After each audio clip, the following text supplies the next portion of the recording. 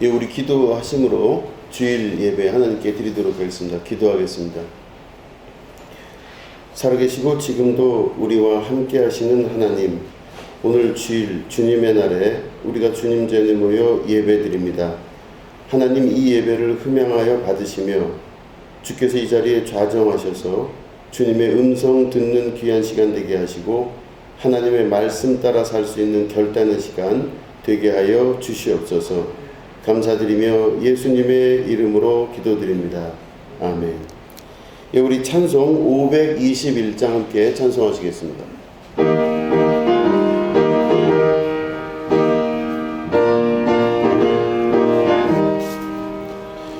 구원으로 인도하는 그 문은 참 좁으며 생명으로 인도하는 그 길은 참 험하니 우리 몸에 쥐어있는 그 더러운 죄짐을 하나 없이 벗어놓고 힘써서 들어갑시다.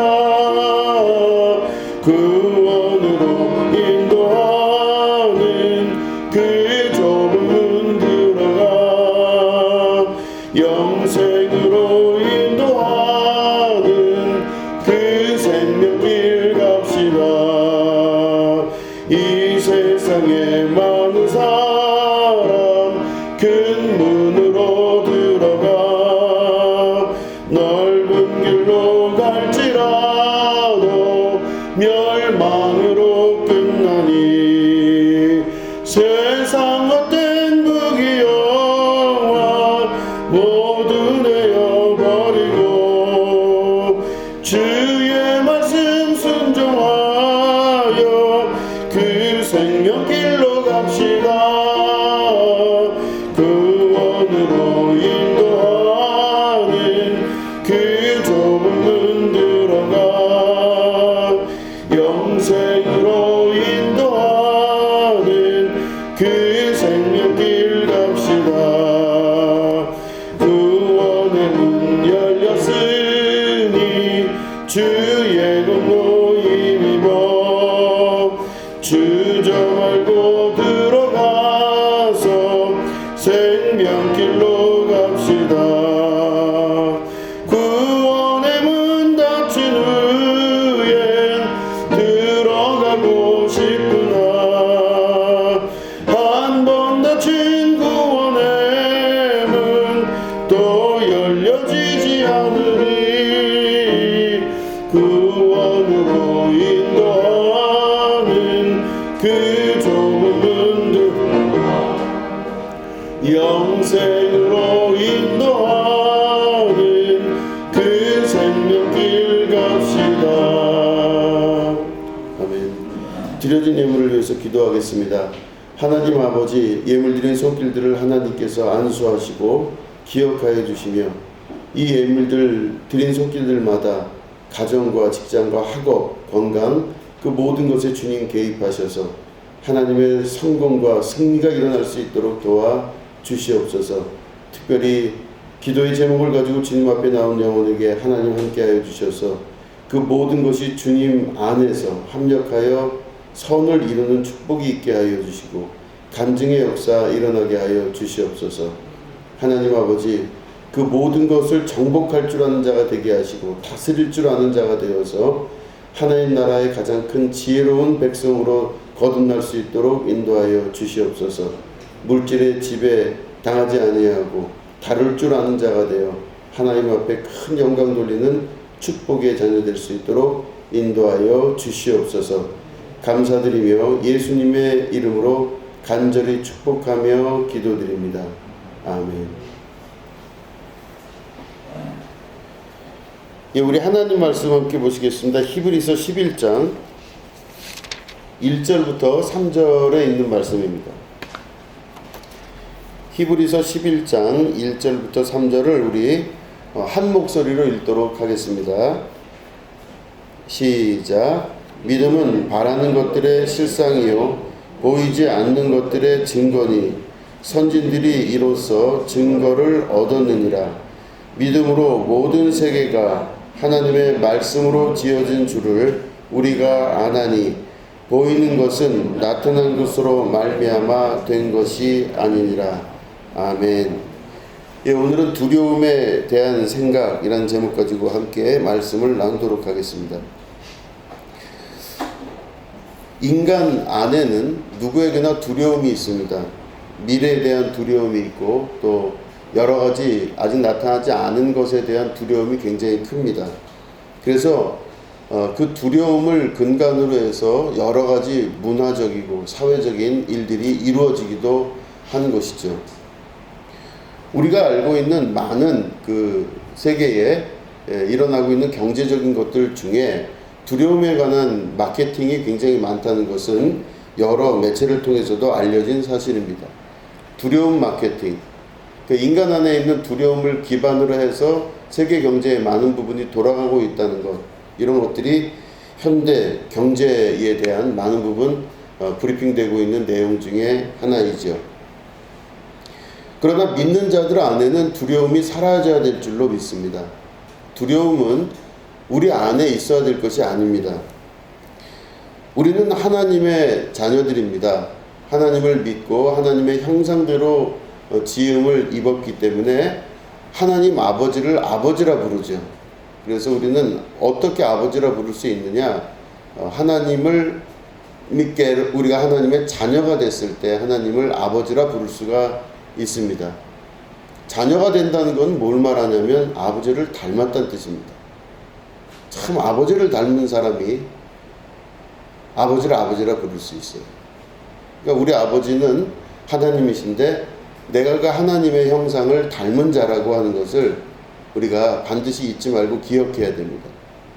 자, 그러면 하나님 안에는 두려움이 있을까요? 하나님 안에는 두려움이 없습니다. 하나님 안에는 두려움도 없고 흑암의 권세도 없고 하나님 안에는 밝은 빛과 또 소망과 희망, 사랑이 넘치는 분이 바로 하나님이십니다. 그렇기 때문에 아버지를 닮은 자로서의 삶을 살아갈 때 우리는 하나님을 아버지라 하고 우리는 자녀라 하는데 그럴 때 우리들의 마음 상태는 어떻게 돼야 되냐면 두려움이 사라지고 흑암의 권세가 사라지고 어둠이 사라지고 부정적인 측면들이 사라져야 우리들이 하나님의 형상으로 회복되었다고 볼 수 있는 것입니다. 아버지를 닮은 자녀로서의 모습으로 살아간다는 것, 그건 결국은 두려움에 대한 생각이 사라지게 되는 것을 말하는 겁니다. 이 우리 안에 있는 여러 가지 하나님 닮지 않은 모습들을 하나하나 제거해 나가기 시작할 때 맨 마지막에 완성된 모습으로의 아버지 모습으로 우리가 변화되어 가는 것. 이게 진정한 구원이라고 볼 수가 있는 것입니다. 시간이 지나가면서 점점점 우리들은 그 완성된 모습으로 변해가게 될 것입니다. 내가 온전하니 너희도 온전할지어다. 말씀하시는 예수님은 그 말씀하실 때 내가 온전하다는 것은 나는 완전히 아버지 닮았다 이런 뜻이겠죠. 아버지의 형상이 완전히 내 안에 있고 또 내 모습이 곧 아버지의 모습이다. 너희가 나를 본즉 아버지를 본 것과 같다. 이 말씀은 아버지 안에는 어둠과 두려움과 부정적인 것과 여러 이런 것들이 하나도 없고 밝음과 기쁨과 영광만이 있을 뿐이다 말씀하시는 그 예수님의 말씀을 다른 쪽으로 볼 수가 있는 것이죠. 그렇기 때문에 그 사람을 본즉 아버지가 누군지 알게 되는 거예요. 저희 이제 식구들이 어디를 간 적이 있었는데 거기서 이제 잘 모르는 사람이 지나가다가 누구한테 그랬대요. 아유, 저 어린애 엄마가 저기 있다. 그러니까 어린애 엄마가 누구냐면은 저희 첫째 딸 엄마가 김미경 사모라는 거죠. 똑같이 생겼대요. 그러니까 겉에서 보니까 어딜 봐도 똑같이 생긴 거예요. 엄마 닮은 딸, 아빠 닮은 딸, 아빠 닮은 아들 이렇게 되는 거예요. 우리가 하나님을 닮았다면 당연히 우리 아버지 하나님을 닮은 모습으로 살아가야 되겠죠. 이게 우리의 신앙생활의 주된 목표라고 하는 것입니다. 그렇기 때문에 우리가 가지고 있는 여러 생각들이 부정적이고 이런 모습들이 있다고, 두려움이 있다 그러면 이것들이 없어져야만 됩니다. 없어지고 하나님 닮은 모습으로 살게 될 수 있어요. 이게 바로 우리가 신앙생활하는 주된 목표이며 이유라고 볼 수가 있는 것입니다. 우리가 이 오늘 본문을 읽었는데 잘하신 말씀입니다. 믿음은 바라는 것들의 실상이요 보지 못하는 것들의 증거니라. 그러니까 믿음부터 나오기 시작해요. 믿음은 내가 아직은 있지 않지만 지금 바라는 것들에 금방 나타날 것이 믿음이라고 말씀하고 있는 거죠. 아직은 나타나지 않아요. 눈앞에 보이지도 않고 손으로 만져지지도 않는데 믿음이 있으면 조금 후에 그게 나타나게 된다 이 뜻입니다. 이게 믿음입니다. 믿음은 내가 바라는 것들의 실상이요 진짜 레알로, 요즘 말로 레알로 나타나게 되는 겁니다. 그래서 선진들이 이로써 증거를 얻었습니다. 그러니까 성경에 나와 있는 아브라함, 이삭, 야곱 비롯해서 수많은 선조들이 그 믿음의 방법으로 바로 증거를 얻었어요. 증거. 하나님은 살아계시고 우리가 하나님의 자녀라는 증거를 얻었다는 것입니다. 그 믿음으로 바라보는 세계, 또 믿음이 안에 있어서 내 안에서 역사하는 힘으로의 믿음, 이걸 통해서 하나님께서 하신 아버지의 일들을 이룰 수 있고 아버지의 뜻을 알아챌 수 있는 것이 바로 믿음이라는 것입니다. 보시면 그 구체적으로 어떻게 일어나가 3절에 나옵니다. 믿음으로 모든 세계가 하나님의 말씀으로 지어진 줄을 우리가 아나니 그랬습니다. 이 모든 세계는요 믿음으로 우리가 바라볼 때 하나님의 말씀으로 지어진 것을 압니다. 영어로는 create라는 단어와 make라는 단어 두 개가 사용됩니다. make와 create가 둘 다 만들다, 창조하다 같은 뜻이에요. 그런데 make는 무슨 뜻이냐면 재료가 있는 상태에서 뭘 만들 때 그게 make입니다. 그러니까 우리가 입고 있는 옷이나 또 우리가 사용하고 있는 여러 물건들, 여기 앞에 있는 여러 가지 물건들은 어떤 재료가 있어서 만든 것들입니다. 그러니까 재료가 없이 이걸 만들 수가 없어요. 이걸 다 make라고 합니다. 근데 똑같이 만들다, 창조하자라는 뜻이 영어에는 create라고 하는 단어가 있습니다. 창조한 겁니다. 창조한 거는 재료가 없이 창조한 거를 창조했다고 봐요. create라고 이야기를 합니다. 하나님이 세상을 말씀으로 창조하셨을 때는 하나님의 창조하셨다고 할 땐 make를 안 쓰고 create를 씁니다. 아무것도 없이 창조하신 거예요. 이게 신비죠. 인간 세계에서는 이해가 되지 아니하는 문제 중에 한 문제입니다. 세상을 창조하셨을 때 create, 아무런 재료와 도구 없이 사용하셨습니다. 자, 그럴 때 그럼 어떤 방식으로 그 창조를 이루셨나 하는 것들이 그 뒤에 나옵니다. 보이는 것은 나타난 것으로 말미암아 된 것이 아니니라. 자, 눈앞에 보이는 것들은, 지금 현재 보이는 것들은 현재 이미 나와져 나타나 있는 것으로 만든 것이 아니래요. 이게 무슨 말이냐면 하나님께서 어떤 똑같은 말이죠. 재료를 가지고 뭘 만드신 게 아니라 아무것도 없는 곳에서 만드셨는데 그거를 가지고 인간들은 메이크를 하고 만들어가고 살아왔다. 이런 뜻이 그 안에 들어가 있는 것입니다. 다시 말해 보여지는 것들은 지금 내 눈에 보이는 것들에 의해서 만들어진 것이 아니라 아무것도 없는 텅 빈 곳에서 만들어진 것입니다. 내 눈에 보여지는 것들에 의해서가 아니라 아무것도 없는 텅 빈 곳에서 만들어진 것, 이게 곧 하나님께서 만드신 세상의 원리이며 이치고, 그 방법은 바로 뭐냐? 믿음으로 그 모든 걸 창조하셨다는 겁니다. 하나님의 믿음입니다.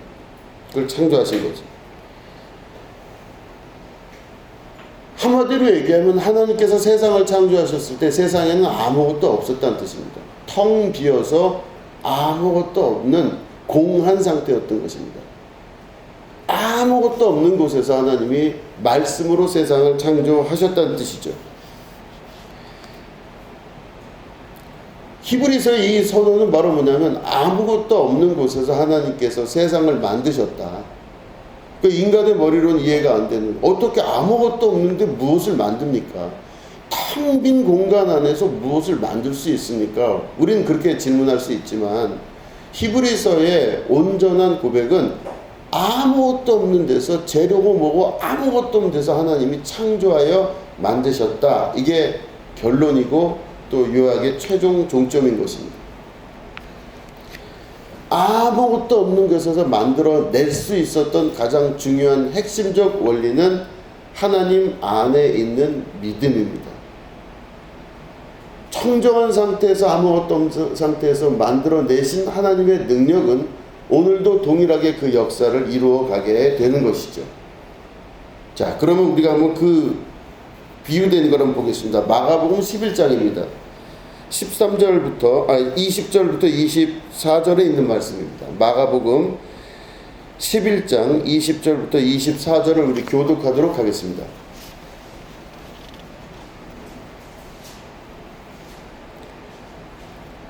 마가복음 11장 20절부터 24절을 교독합니다.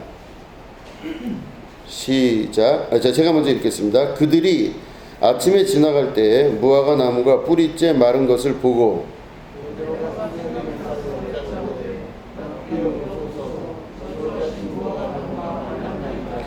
예수께서 그들에게 대답하여 이르시되 하나님을 믿으라.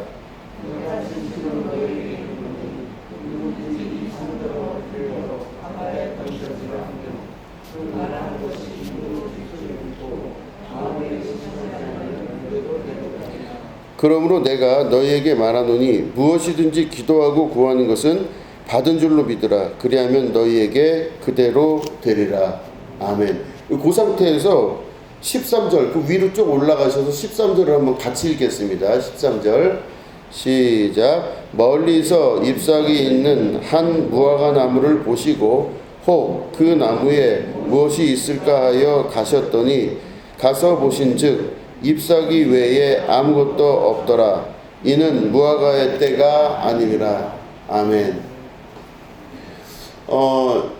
이 말씀을 보시면 그 성경에서 정확히 기록하고 있습니다. 예수님과 제자들이 길을 걸어가다가 무화과 나무가 이렇게 서 있는 걸 보시고 예수님이 거기 무화과 나무에 열매가 혹시 있을까, 먹을 것이 있을까 해서 가서 보셨는데 그 무화과 나무에 열매가 없는 거예요. 그런데 성경은 뭐라고 기록하고 있냐면 무화과의 때가 아직 아니기 때문에 열매가 없다고 그렇게 기록하고 있습니다. 자, 그럼 무화과 나무의 때가 아니니까 열매가 열리지 않는 게 당연한데 예수님이 그 무화과를 향해서 저주하시고 말씀하시기를 이 나무를 통해서 더 이상 다른 사람들이 열매를 맺지 못하고 따먹지 못할 것이다 이렇게 저주를 해요.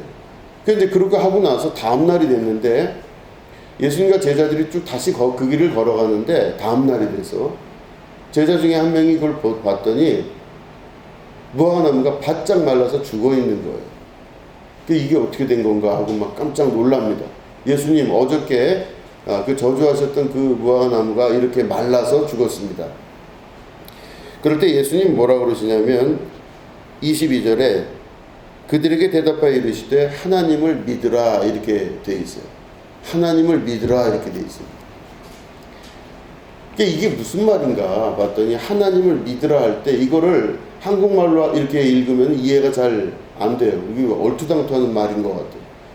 근데 원문을 뒤져보고 또 영어 성경까지 보면 오히려 더 쉽습니다. Have a faith in God. 하나님 안에 있는 믿음을 가지라 이렇게 돼요. 하나님의 믿음을 소유하라 이렇게 돼 있어요. 하나님을 믿으라라는 말이 하나님의 믿음을 소유하라 이렇게 되어 있습니다. 그러면 이 무화과 나무가 말랐는데 하나님의 믿음을 소유하라 라고 하는 말이 도대체 이게 무슨 말일까? 이건 바로 뭐냐면 하나님의 나라에 관한 것을 예수님께서 비유적으로 말씀하시는 장면이라 볼 수가 있습니다. 하나님의 믿음을 가진다고 하는 건 무슨 말이냐면 지금 무화과 나무는 무화과의 때가 아니에요. 우리 인간이 살아가는 세상의 기존 질서는 어떤 때가 있고 그래서 그 때를 기다리는 게 되게 많습니다. 우리는 물리적 시간을 살고 있어요. 그래서 오늘이 몇 월 며칠이고 내일이 또 몇 월 며칠이고 지금은 몇 시고 나는 나이가 몇 살이고 나는 어떻고 하면서 우리는 시간을 살아가고 있습니다. 이 시간이 진리인 것처럼 살아가고 있어요. 그런 어떤 시간이나 때에 대해서 우리들은 일종의 진리처럼 여기고 살고 있지만 실제로 시간은 하나님 나라에서 존재하지 않는다는 것입니다. 어떤 때는 우리에게만 있을 뿐이지 하나님의 나라에는 때가 없어요. 때가 없어요. 이게 먼저 우리가 기억해야 될 중요한 이야기고, 두 번째는 바로 뭐냐면 하나님의 믿음은 도대체 뭐길래 이렇게 하셨을까? 그러면 대상에 대해서 생각하지 않는 믿음입니다. 앞에 아무것도 없어요. 뭐 세상을 만들 재료 하나가 없어요. 그럼 못 만들어야 돼요. 이게 세상에서 우리가 배우고 알고 있는 믿음입니다. 아무것도 없으면 할 수가 없는 겁니다. 텅 비어 있으면 나올 게 없는 것이 세상에 우리가 알고 있는 배웠던 질서입니다. 뭐가 그 바닥이 있어야, 또 딛고 설 만한 그 기초가 있어야 뭘 할 수 있다, 이렇게 생각합니다. 우리 인간사는 그렇습니다. 우리는 시간의 지배를 받고 때의 지배를 받고 또 무언가 디딜 수 있는 뭐가 있어야 그 다음 스텝으로 올라갈 수 있다고 믿는 믿음, 이게 우리의 믿음입니다. 근데 하나님 나라의 믿음 혹은 하나님의 믿음은 아무것도 없는 곳에서 무엇인가 만들어지는 믿음이 하나님의 믿음입니다. 무화과나무가, 이게 사실은 세상 눈으로 바라볼 때는 이게 말도 안 되는 내용입니다. 도대체 무화과나무가 무슨 죄를 졌습니까? 무화과나무는 지은 죄가 하나도 없어요. 무화과나무는 때가 아직 안 됐으니까 열매를 안 낸 것뿐이고, 또 자기가 무슨 내고 싶어서 내고 열매를 안 만들고 싶어서 안 만드는 게 아니잖아요. 그러니까 일반적인 우리 상식선에서 이 장면을 보면 예수님은 참 고약하시다, 이런 생각이 들 수가 있어요. 아니, 어떻게 우리 예수님이 죄 없는 나무를 저렇게 바짝, 그것도 때가 아닌데 열매 맺지 않는다고 말려 죽일 수가 있나? 이거는 예수님이 잘못한 거지 무화과나무가 잘못한 게 아니에요. 우리 이렇게 생각할 수가 있다라는 거죠. 근데 그런 우화적인 부분들을 그렇게 들어가지 말고 조금 더 깊숙이 들어가면 여기엔 하나님의 의도가 있다라고 하는 것입니다. 하나님의 믿음을 가지라, 이렇게 제자들에게 예수님이 강조하여 말씀하십니다. 하나님의 믿음은 바로 뭐냐면 아무것도 없는 곳에서 창조하시는 믿음인 것입니다. 오히려 아무것도 없을 때 하나님의 창조가 온전히 일어날 수가 있다라고 하는 믿음인 것이죠. 우리가 알고 있는 어떤 대상, 환경, 조건, 이런 것들이 충분히 갖춰질 때 무엇이 된다라는 믿음은 인간의 믿음일 뿐입니다. 이런 믿음을 신앙의 믿음이라고 볼 때도 많이 있습니다. 그렇기 때문에 신앙을 갖고 있는 많은 사람들이 자기의 믿음을 이야기할 때 나는 믿는다, 난 믿음이 있다, 이렇게 이야기하지만 자세히 그 이야기를 듣다 보면 그거는 자기의 신념일 뿐이에요. 자기의 신념이고 자기가 그저 경험한 것대로 사는 것뿐이에요. 진짜 그의 믿음이 뭘까 봤을 때 그는 진짜 믿는 게 따로 있는 거예요. 하나님을 믿는 건 아닙니다. 그 사람이 다른 걸 믿고 있는데도 같은 교회 공간 안에서 기독교인이라는 모든 사람들 안에, 범주 안에 들어가면서 전혀 다른 하나님을 믿는 경우가 있을 수도 있다라는 것입니다. 그는 지금 하나님을 믿는 게 아니라 자기가 가지고 있는 다른 것들을 믿는 것일 수도 있다라는 것이죠. 하나님을 믿어본 적이 없는 것입니다. 예수님 말씀하시기를 하나님의 믿음을 소유하라. 이 무화과 나무의 비유를 말씀하시면서 하나님의 믿음을 소유하라, 이렇게 말씀하십니다. 하나님의 믿음은 바로 아무것도 없는 곳에서 만들어내시는, 크리에이트 하시는 하나님의 믿음인 것입니다. 우리는 그렇게는 믿음이 있을 수 없다고 생각해요. 세상에 아무것도 없는데 어떻게 만들어냅니까? 아무 기초가 없는데 무엇을 할 수가 있으며, 내 환경이 조성되지 않았는데 무엇이 이루어질 수 있겠습니까? 그러면 그 사람의 믿음이 세상을 살다가 나타난 자기 경험에 대한 믿음이죠. 자기 경험을 통해서 세상을 믿는 믿음의 세계 가운데로 나온 것뿐입니다. 명목이 크리스찬일 뿐이지 실제로는 크리스찬이 아닐 수도 있다는 것입니다. 진짜 우리가 하나님을 믿는다고 하는 것은 하나님의 믿음을 소유하는 것입니다. 영어 성경에 이게 너무 정확히 나와 있습니다. Have a faith in God. 하나님의 마음 안에 있는 그 믿음을 소유하라 그래요. 그러니까 하나님 마음을 담는 것보다 하나님의 믿음을 내가 소유하여 가지는 게 중요하다는 말씀인 것입니다.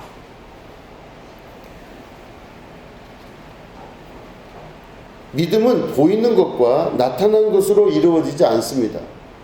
믿음은 보이지 않는 것 안에서 일어나는 사건입니다. 최소한 믿음이라는 것은 그 말이 성취되기 위해서는 보이지 않는 것이 그 목적 및 대상이 되어야 됩니다. 그래서 보이지 아니하는 것을 근간으로 하여 우리가 믿음의 생활을 할 수가 있게 되는 것입니다. 또한 이 무화과 나무의 비유를 통해 알 수 있는 건 최소한 예수님께서 말씀하신 대로 믿음은 앞에 있는 환경에 대한 대상이 아니라 나의 믿음이 더 중요하다는 말씀을 하십니다. 어떤 때와 어떤 상대와 대상화된 모든 것들이 그 믿음을 결정해 주는 게 아닙니다. 환경에 적응해 나가는 게 믿음을 결정하는 게 아니라는 것입니다. 환경은 내가 정의한 것뿐입니다. 자, 다시 얘기하면 앞에 있는 어떤 일이 되게 두려워요. 야, 이번에 이렇게 해놨는데 이거 망하면 어떡하지? 이게 두려움이 있어요. 아, 이번에 이렇게 했는데 이거 떨어지면 어떡하지? 이거 이렇게 했는데 이게 이렇게 되면 어떡하지? 이게 두려움들이 우리 안에 있습니다. 그건 다시 말해 앞에 있는 어떤 조건과 환경이 우리 앞에 있을 때 그것에 따라서 두려움이 여겨집니다. 자, 그러면 두려운 것은 바로 뭐냐면 앞에 있는 대상이 두려운 게 아니라 사건이 두려운 게 아니라 그것을 내가 두렵다고 인정을 했을 때 두려워지기 시작하는 거예요. 앞에 있는 강아지 한 마리가 있는데 그 강아지가 무섭다라고 하는 거는요, 사람마다 달라요. 조그마한 강아지를 보고 아주 어린 아이들은 아이고 무서워 그러고 애들이 막 무서워하면서 울면서 도망가요.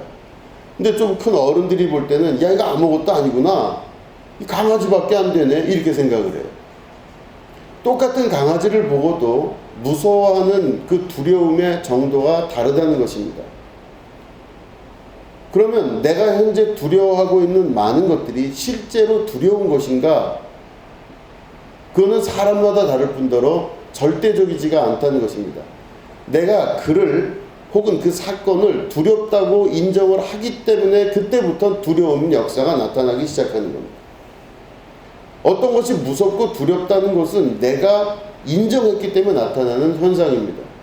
아, 저 사람 무서운 사람이야. 그럼 내가 저 사람에 대해서 겁을 먹었다는 뜻이에요.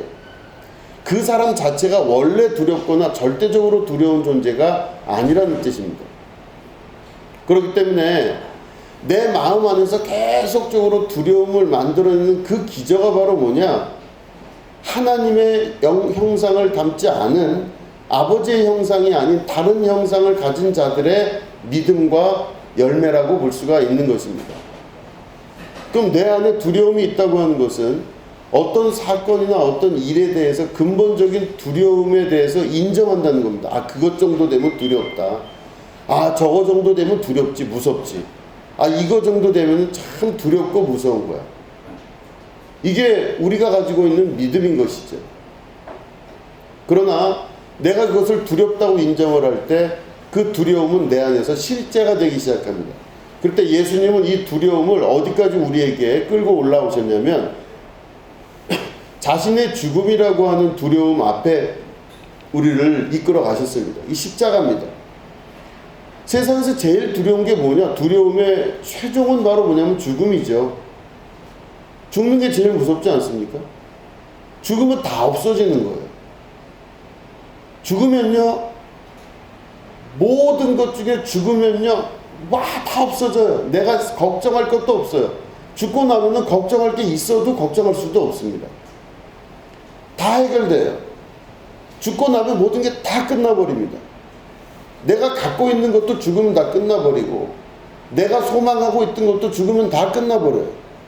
그러니까 인간 역사 안에서 육체의 죽음이라고 하는 것은 가장 두려운 죽음의 최절정이라고 볼 수 있습니다. 제일 무서운 거죠. 죽음이 무섭지 않습니까? 무섭죠. 제일 무서운 겁니다. 이거는 뭐 이유 고하를 다 떠나고 나이, 성별을 다 불문하고 가장 두려운 게 죽음입니다.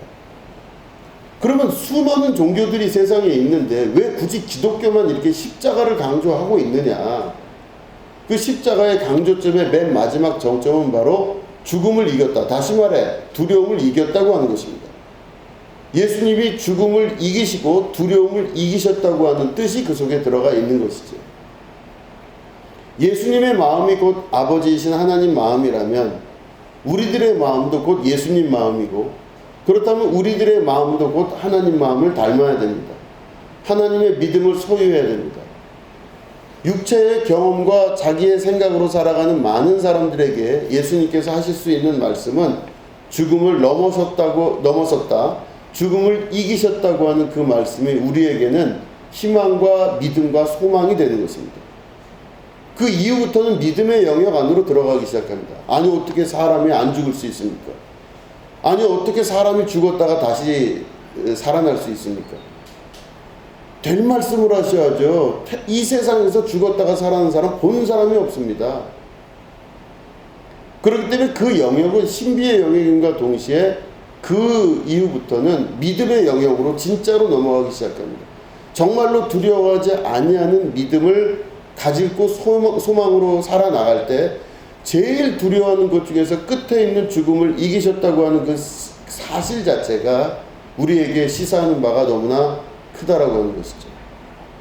그럴 때 우리는 하나님의 믿음을 소유할 수가 있기 시작하는 겁니다. 진짜 하나님의 믿음은 육신이 다가 아니라는 것, 또 육을 넘어서서 모든 것 가운데 역사하시는 하나님의 역사가 있다는 것을 믿는 믿음으로 살아가게 되는 것입니다. 그렇기 때문에 이 믿음은 다시 무화과 나무로 돌아오면 하나님의 믿음은 앞에 있는 무화과 나무의 때가 중요한 것이 아니라는 것입니다. 무화과 나무는 자기 때에 맞게 살아갔을 뿐입니다. 자기 때에 맞게 세상의 조건과 환경에 맞게 살아간 게 무화과 나무입니다. 우리가 볼 때는 다 우리도 무화과 나무 같은 삶을 살고 있을 수도 있습니다. 조건이 됐으니까 이렇게 됐고 어떤 때가 됐으니까 이렇게 됐고 해서 우리는 무화과 나무 같은 인생들을 다 살고 있는 것입니다. 그럴 때 주님이 지나가시다가 우리에게 무언가 열매가 있을까 하여 우리를 뒤져봤는데 앞에 있는 정진우 목사를 막 뒤져봤는데 먹을 것이 없어요. 그런데 세상 사람들의 이치대로 아직 때가 아니니까, 때가 안 됐으니까. 그러나 그 무화과 나무가 말라 죽었다는 사실을 우리가 기억하면 세상의 심판날에 주께서 어떻게 심판하실지를 볼 수 있는 비유적인 부분도 들어가 있는 것입니다. 조건이 안 되니까, 환경이 안 되니까, 때가 아니니까. 우리는 그런 것들을 전부 알고 있고 당연하게 여기는 세상의 이치라고 보고 있습니다. 그렇기 때문에 우리는 그 때를 넘어서는 하나님의 믿음을 가져야 될 줄로 믿습니다. 때와 환경과 조건이 중요한 것이 아니라 내 안에서 지금 역사하시는 하나님을 만나는 그 축복이 우리 가운데 있어야 된다는 것이죠. 우리는 육신으로 사는 사람들이 아닙니다. 우리는 육신으로만 사는 사람들이 아니란 뜻입니다. 육신을 버리란 뜻도 아니고 육신을 거부하고 부정하란 뜻도 아닙니다. 우리는 육신을 통해 살아가고 있습니다. 그걸 육신을 통해서 어떤 부분을 의식하기도 하고 알아채기도 하고 합니다. 육신을 떠나서 살 수 없습니다. 그러나 육신을 떠나 살 수 없는 우리들에게 더욱더 중요한 것은 영혼으로 살아갈 수 있어야 됩니다. 영으로 살 수 있어야 된다는 뜻입니다. 예수님께서 그런 말씀하셨습니다. 광야에서 시험 받던 중에 사람이 떡으로만 살 것이 아니요 하나님의 입에서 나오는 말씀으로 살 것이니라 이렇게 말씀하셨어요. 사람이 떡으로만 살 것이 아니요, 이 뜻은 떡으로 사는 게 당연하다. 사람은 밥 먹고 살아야 되고 사람이 살려면 경제활동을 해야 되고 그런 것들을 떠나서 살으라는 말이 아니다는 말씀이세요. 그러나 그것과 더불어 하나님 말씀으로 살아야 될지니라. 떡으로만 살면 안 된다 말씀하세요. 육신으로만 살면 안 된다 뜻입니다. 그런데 많은 부분 육신으로만 사는 경우가 많습니다. 내 경험으로 믿음을 가지고 내 경험을 의지하고 내가 알고 있는 생각을 의지하여 사는 경우가 훨씬 많습니다. 그렇기 때문에 자기의 경험, 생각을 의지적으로 믿고 그대로 그 의지대로 살아가는 것뿐이에요. 때에 따라, 환경에 따라, 조건에 따라 자기의 인생을 결정하게 되는 것이죠. 그런데 떡으로만 살 것이 아니라 그 입에서 나오는 말씀으로 살 것이니라. 이게 너무 중요합니다. 떡으로만 살면 안 되고 하나님의 입에서 나오는 말씀으로 살아야. 언젠가 이 육신이 썩어질 것으로 흙으로 돌아갈 때 우리의 영은 온전해지고 완전해질 수가 있게 되는 것입니다. 영으로 산다는 것은 하나님의 말씀으로 사는 것을 말하는 것입니다.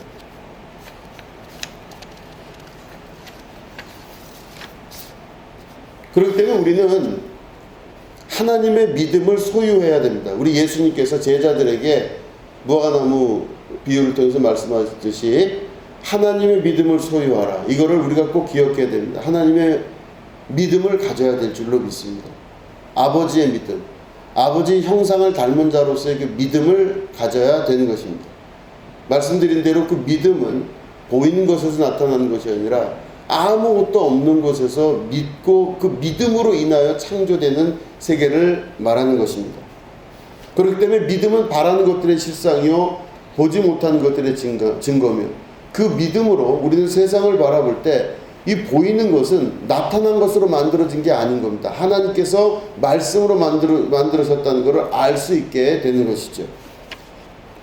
그렇기 때문에 우리가 하나님의 믿음을 소유하기 위해서 그럼 우리는 어떻게 해야 되느냐? 하나님의 믿음을 아버지 닮은 그 믿음으로 우리가 살아가야 됩니다. 그러면 하나님의 믿음을 소유해야 되는데 하나님 형상 닮은 자로서 믿음 소유하는 방법으로 살 수 있는 방법은 바로 뭐냐면 우리의 마음을 정결하게 해야만 됩니다. 마음이 청결해야만 됩니다. 그래서 마태복음 5장에 있는 말씀 보면 심령이 가난한 자는 복이 있나니 이렇게 말씀하고 있습니다. 천국이 그들의 것이며 심령이 가난해야 하는 것입니다.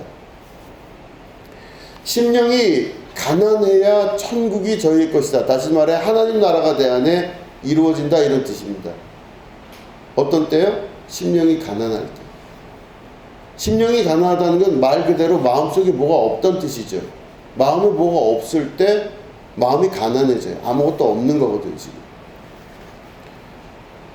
8절에 보면은 마음이 청결한 자는 복이 있다 그랬습니다. 마음이 청결한 자는 마음이 청정하여 아무것도 없는 것을 말합니다. 그럼 그들이 하나님을 보게 될 것이다 이렇게 말씀하고 계십니다. 그러면 심령이 가난하고 마음이 청결한 게 우리의 목표입니다. 마음이 청결하기 시작하면요 그 안에 마음이 텅 빈다는 뜻입니다.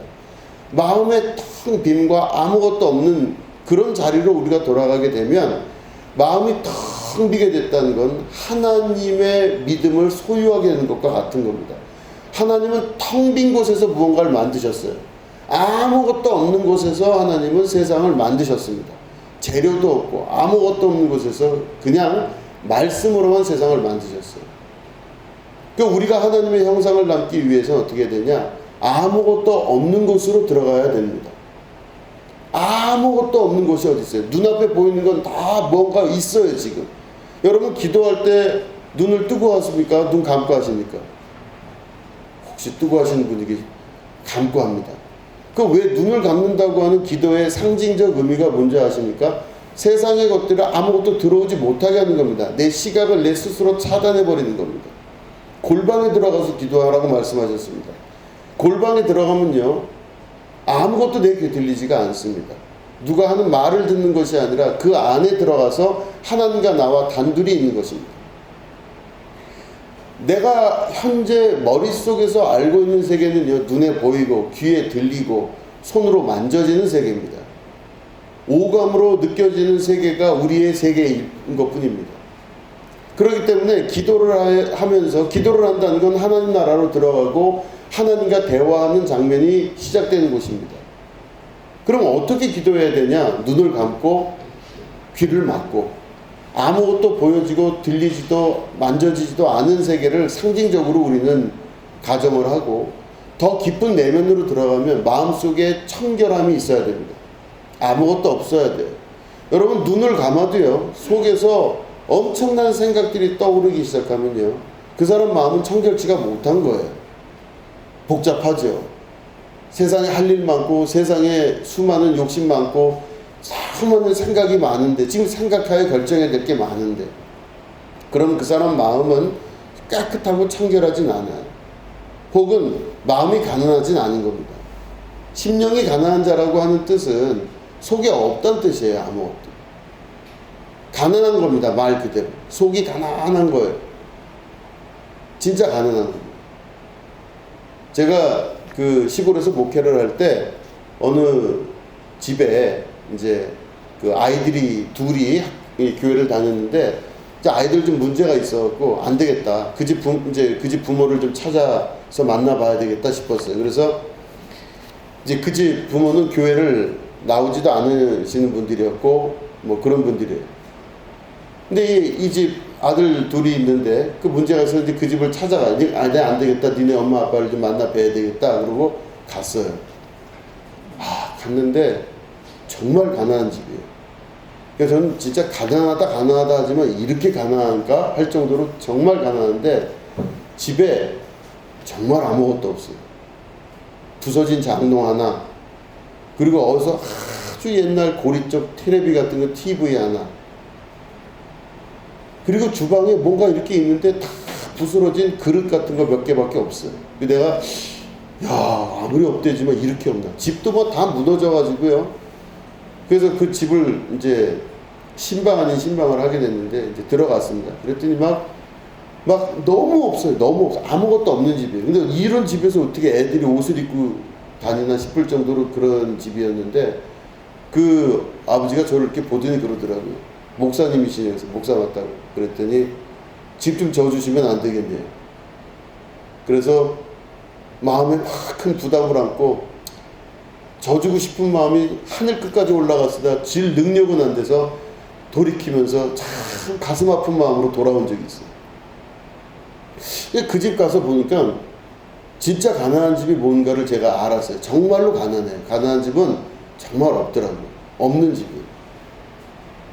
근데 여기서 말하는 가난함이 뭘까? 그러면 진짜 가난하다는 건 진짜 없다는 뜻입니다. 없는 겁니다.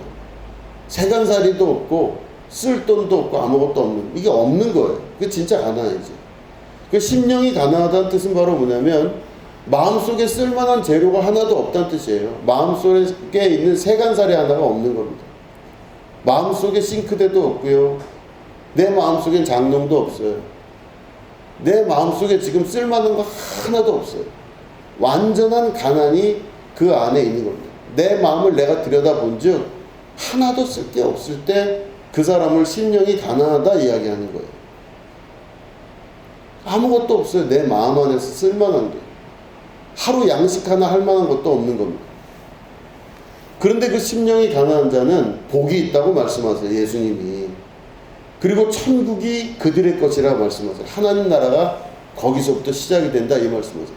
아니 상식선에서 볼 때 이렇게 찢어지도록 가난한데 마음 안에 쓸만한 거 하나도 없어가지고 아무것도 없어 텅텅 비어서 이게 도대체 뭔가 싶은 그 마음에 예수님이 천국이 그의 것이. 여러분 천국 아시잖아요. 천국은 젖과 꿀이 흐르는 땅이며 엄청난 막 보화와 뭐 이런 게 있다고 하는 그곳이 바로 천국이래요. 인간의 눈으로 볼 때 내 마음의 심령이 아무것도 쓸 수 없는 가난한 그 마음이 천국이 그들의 것이라 말씀하십니다. 자, 그러면 우리가 이 예수님 말씀을 잘 생각해 봤을 때 우리는 뭔가가 많이 있는 거예요. 마음속에. 지금도 하나님 잘 안 믿고 다른 거 믿는 경우가 많이 있어요. 여러 가지를 다른 걸 다 믿어요. 인간관계를 믿기도 하고 백을 믿기도 하고 같은 말이지만 집안 배경을 믿고 자기 학력 믿고 돈을 믿고 수많은 거 다 믿을 게 많아요. 지금 이게 다 내 믿음이에요. 내 믿음은 거기에 대해서 확고해요. 확고부동한 믿음을 갖고 있습니다. 확실해요. 자기 믿음은 아주 확실하죠. 그걸 통해서 할 것도 많아요. 내 백을 통해서 뭘 통해서 할 것도 많아요. 뭐 어디 가도 다 그래요. 어디 가도. 그런데 하나님을 믿는다고 하는 것은, 하나님의 믿음을 소유하라는 것은 그 중에 하나도 내가 가진 것도 쓸모 있는 게 없다라는 고백을 하기 시작하면서부터 그 시작, 신앙의 시작이 되는 것입니다. 아버지의 역사가 그때부터 나타나기 시작해요. 텅 빈 곳에서, 아무것도 없는 곳에서, 진짜로 아무것도 없는 곳에서 하나님의 역사가 신비롭게 나타나기 시작해요. 이게 천국의 시작이며 신앙생활의 진짜 모습이라 할 수가 있는 것입니다. 그렇기 때문에 우리가 이 말씀을 믿음으로 받아들이고 어떤 행동을 해야 되냐면 마음을 정결하게 하셔야 됩니다. 마음을 가난하게 할 수 있으셔야 됩니다. 그러려면 첫 번째 바로 어떻게 해야 되죠? 집안 살림하고 비슷하죠? 뭐 사다가 갖다 놓으시면 안 돼요. 그렇죠? 마음속에다가 뭐 사다가 갖다 놓으시면 안 돼요. 마음속에다가 뭐를 가져다가 놓기만 하면 그게 짐되기 시작하고 그때부터 부요함이 시작됩니다. 마음속에 뭐 갖다 놓기 시작하면서부터 모든 문제가 발생을 해요. 그렇기 때문에 첫 번째, 마음속에 뭐 갖다 놓지 않기를 하셔야 됩니다. 누구 얘기 듣고 누구 생각 받아들이고 무엇을 가져다가 잔뜩 쌓아만 놓으면요, 뭔가 많이 있긴 있는데 실제로 쓸 건 하나도 없는, 꽉 찼는데 천국이 임하지 아니하는 삶이 시작되는 겁니다. 그렇기 때문에 수많은 지식보다 더 중요한 것은 자기를 비우는 게 더 중요합니다. 수천만 권의 책을 읽어봐야 쌓이는 것뿐이지 아무런 도움이 안 될 수도 있다라고 하는 겁니다. 지극히 사변적인 삶으로 살아갈 수밖에 없을 수도 있습니다. 오히려 한글을 모르고 주님만 알고 있는 어떤 시골의 옛날 할머니가 훨씬 더 구원의 길에 빨리 접어들 수도 있습니다.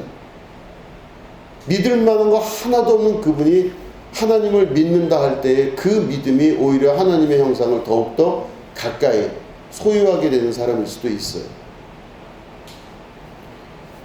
마음을 정결하기 위해서 외부의 것들을 받아들이는데 몰두하는 것이 아니라 자기 마음을 비워내는 일을 먼저 하실 수 있어야만 됩니다. 마음을 정결하게 하는 방법 중에 그 다음에 뭐냐면 포기하는 것입니다. 내 안에 가지고 있는 수많은 생각들을 주님 앞에 포기할 수 있어야만 됩니다. 포기는 큰 용기를 필요로 합니다. 포기한다는 것은 말이 쉽지 정말 어려운 것 중에 하나입니다. 뭘 하려고 할 때 하지 말라는 이야기를 듣지 않고 스스로 포기한다는 건 대단한 결단입니다. 무엇인가 포기할 수 있을 때 마음이 정결하기 시작합니다. 세 번째는 바로 다 버리면 됩니다. 마음속에 가지고 있었던 많은 생각들이 있을 텐데 그것들을 버리기 시작하면 마음이 정결해지기 시작합니다. 다른 말로 하면 정리를 하면 됩니다. 마음을 정리하면, 다 정리해서 버릴 거 버리기 시작하면은 그때부터는 마음이 청결해지기 시작합니다. 물론 청결해지는 게 이게 모든 걸 다 버린다고 말할 수는 없지만 일단 우리가 공이라고 하는 텅 빈 상태를 가정하고 말씀을 드리는 겁니다.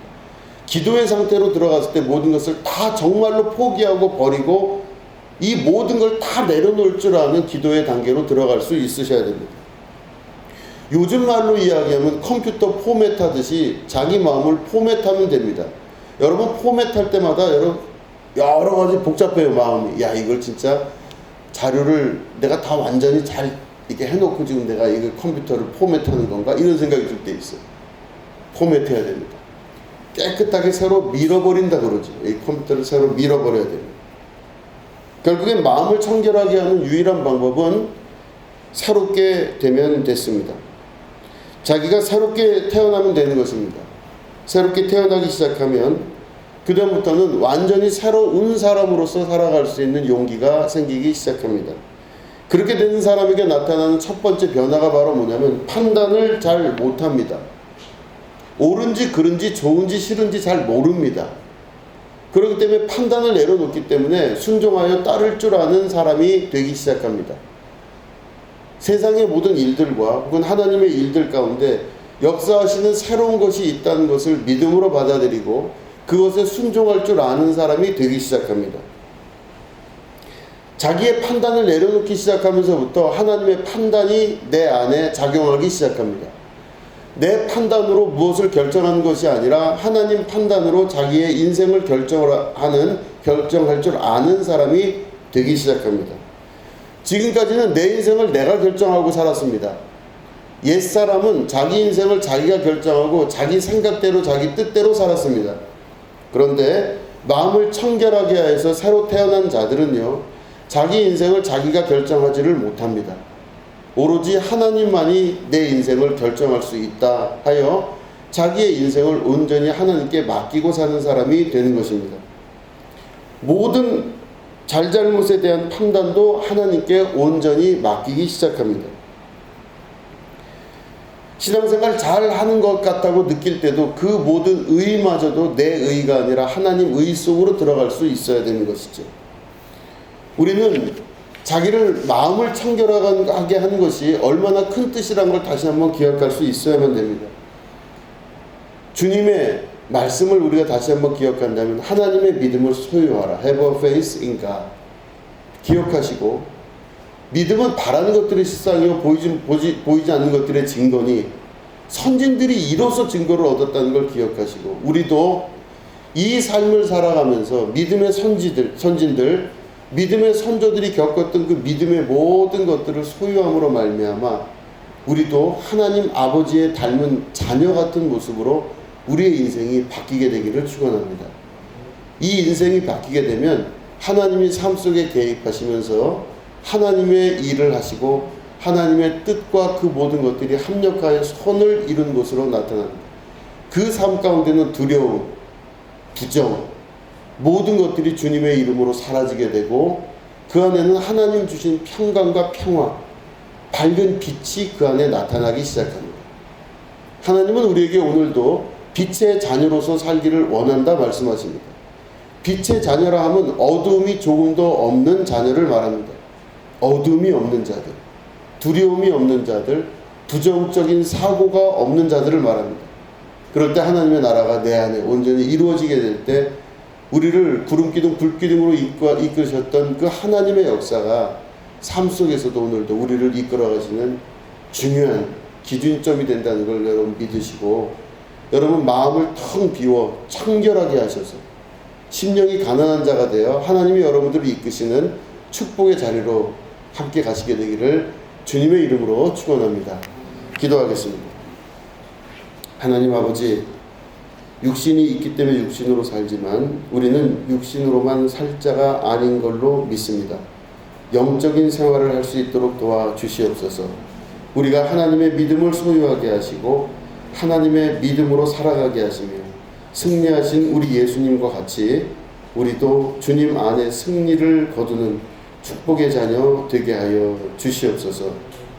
지금은 우리 구주 예수 그리스도의 은혜와 하나님 아버지의 지극하고 무궁하신 사랑과 성령님의 감화감동 축복교통 역사하심이 오늘 예배 가운데 함께하는 주님의 거룩한 백성들 위에 지금부터 영원히 함께 하옵시기를 간절히 축원하옵나이다. 아멘.